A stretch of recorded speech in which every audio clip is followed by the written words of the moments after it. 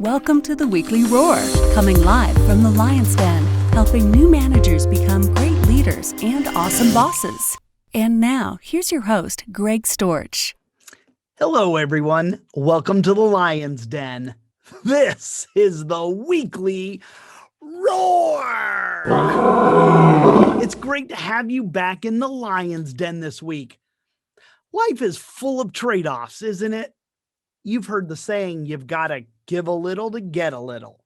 Well, today I'm going to talk about when it comes to leadership, we have to give up to go up. I'm going to share more about the price of leading others in just a second. But first, I'm Greg Storch, owner of Lion Enterprise, host of the Weekly Roar, and founder of a worldwide bartered coaching program called The Helping Hand. I'm a certified professional leadership coach and a certified leadership speaker and trainer. Now, last week in the Lion's Den, I shared a lesson about influence, and I told you that leaders who move through the different levels of leadership do so by understanding how influence works in leadership, but more importantly, by expanding it with others. If you weren't able to join us last Wednesday for the Weekly Roar, or maybe you just want to watch that session over again or share it out with someone who you think might find value in it, you can access the free video resources on my website at lion-enterprise.com. When you get back to the homepage, just click on the Lion's Pride Library menu and find video number 145 for last week. And while you're in the Lion's Pride Library, make sure you look around and stay a while. It's a free resource, and it's a great way for you to get more of the roar.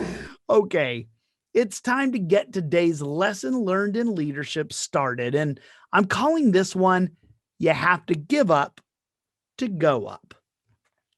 One of the biggest obstacles to experience success tomorrow is staying wrapped up in today's success.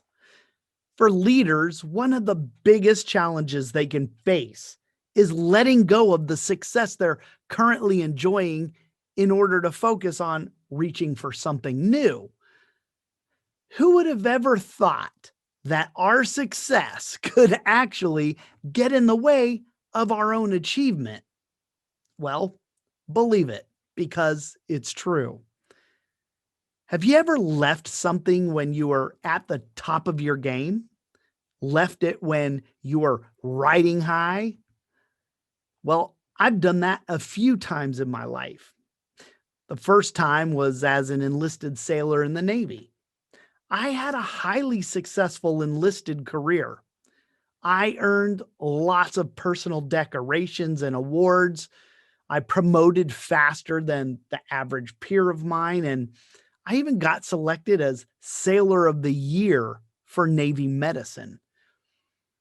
I always knew there was more for me.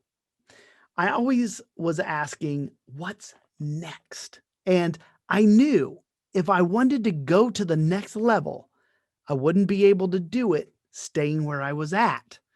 I would have to leave what I was doing. Well, that's exactly how I got commissioned as a naval officer. I was willing to give up in order to go up.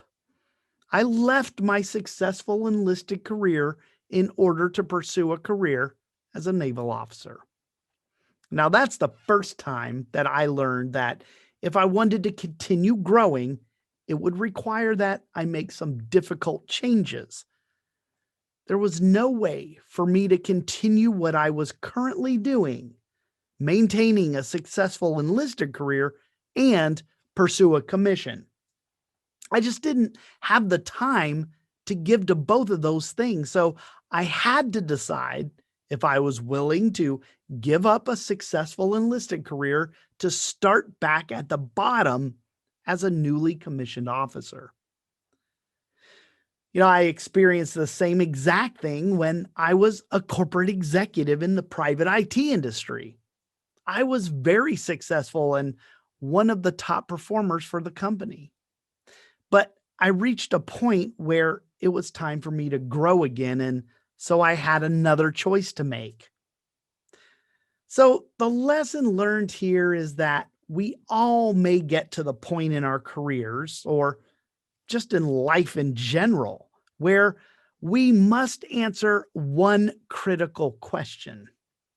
Do you want to know what that is? Of course you do. That's why you're here. Here it is. That question you need to answer is, am I willing to give up all that I have now for a new level of growth? Now, that isn't a one-time question either, by the way. You should ask that several times during a successful career. That's what makes it a successful career. The one thing I know to be true is that if you want to be successful, whatever it is you're doing in life, it's going to require a series of trade-offs. And as they say, you can pay now or you can pay later. Doing the difficult things now so we can enjoy them later is a really hard discipline to learn. Take it from me. We all have to pay a price to get what we want out of life. The big question is whether or not you're going to be willing to pay it. Now, because I was willing to start over again as an officer at the bottom of the ranks, I enjoyed a better military retirement and other advantages as a result of my commission. Because I was willing to leave a high-paying corporate gig, I was able to pursue my passion for leadership by starting my own business. Because I was willing to leave the new home we bought in Virginia and allow a property management company to look after it, I was able to enjoy living abroad. Oh, and by the way, the more we do it, the harder it gets, not easier. I suppose it's because our success accumulates, right? And each time we give up to go up, we are risking more and more to do it. But that's just it. You have to be willing to take the risk. If you avoid risks, you're in essence avoiding the important things in life, including your own personal growth. You know, this is the main reason why many people start the climb, but never make it to the top. When they first start out, the trade-off, well, it's pretty minimal, really. All we have is pretty much time.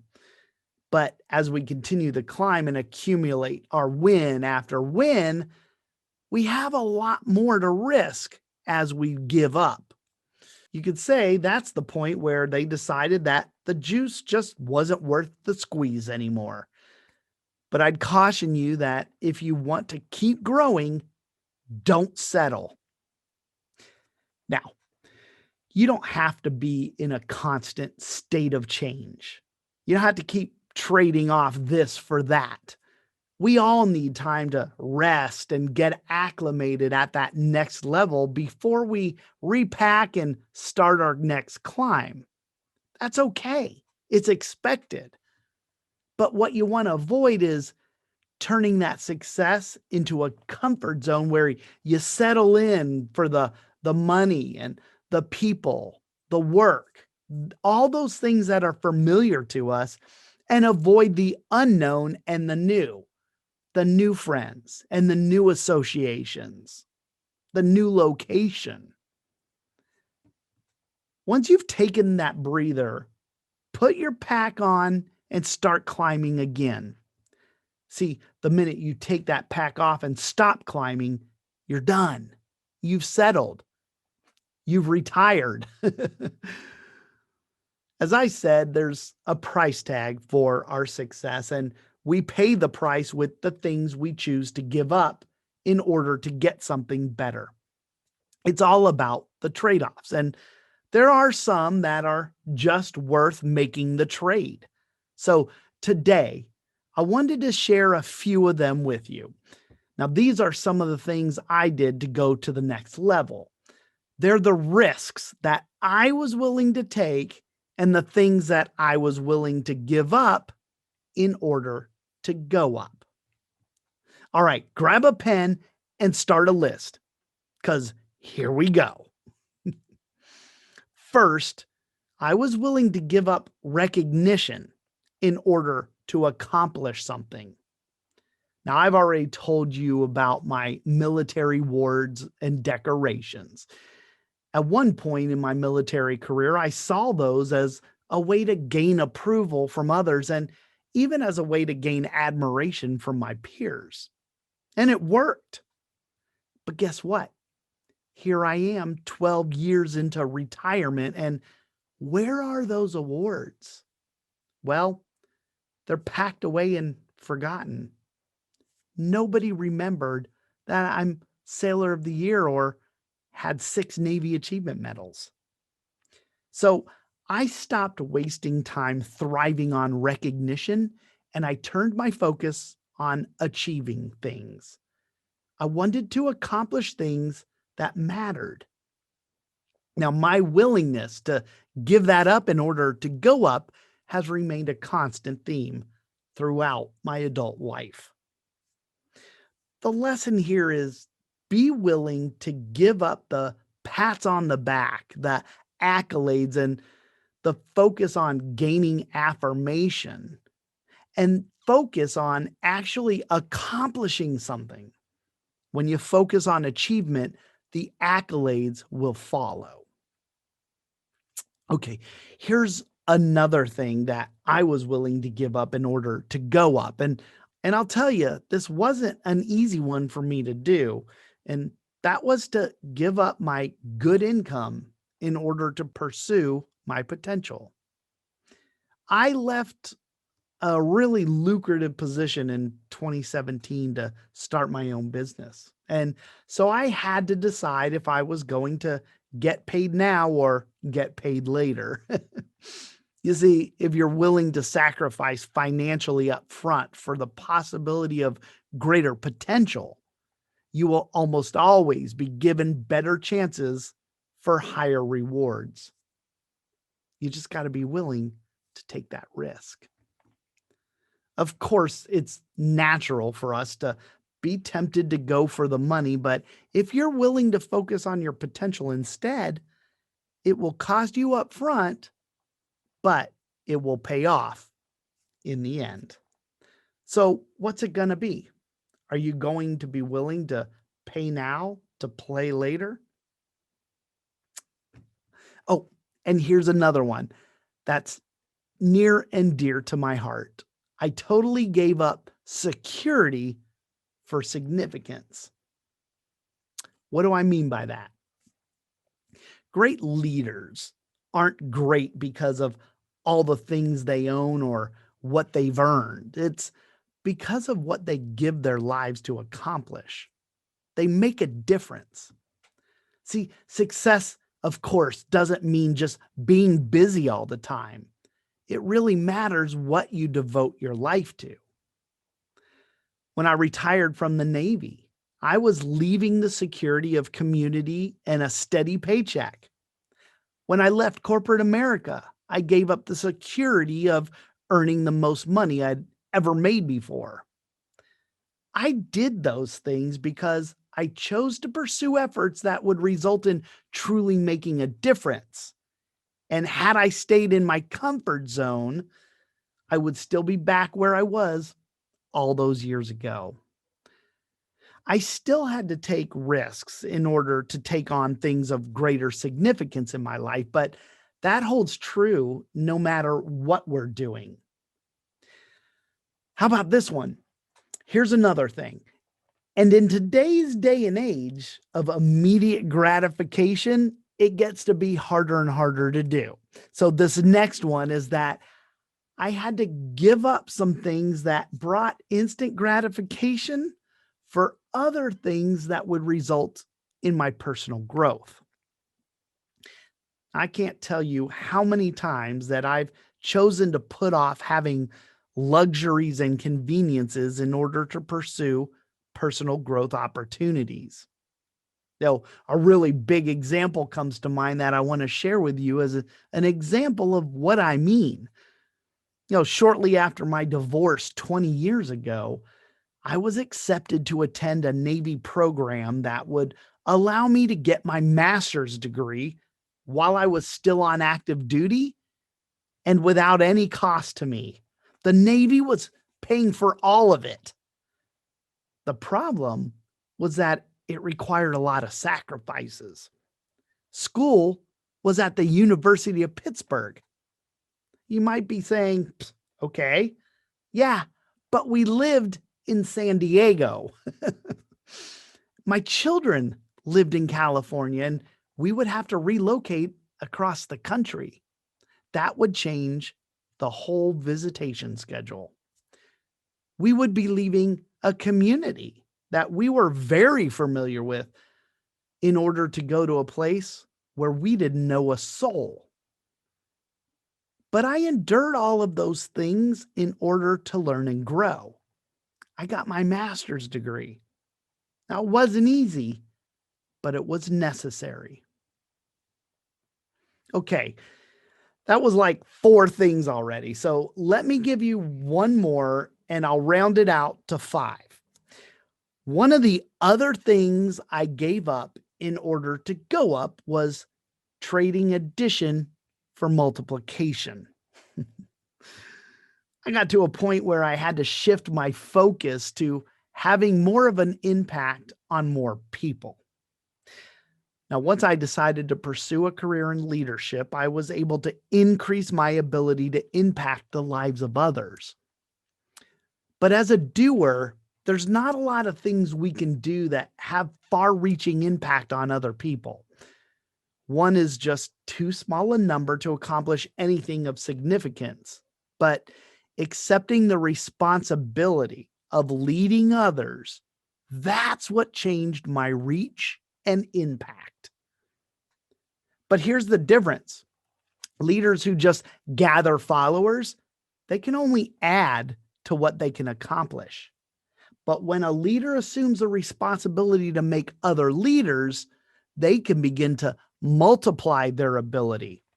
And that's exactly why I do the work I do with new leaders. I'm in the business of growing great leaders. Now, let me explain this a little more. As a leader, if I spend my time just leading the people who are following me, I'm going to be limited on the impact I can make. But when I invest my time to identify and build up other leaders within my followers, now I can not only influence my followers, but also the followers of the leaders whom I've created.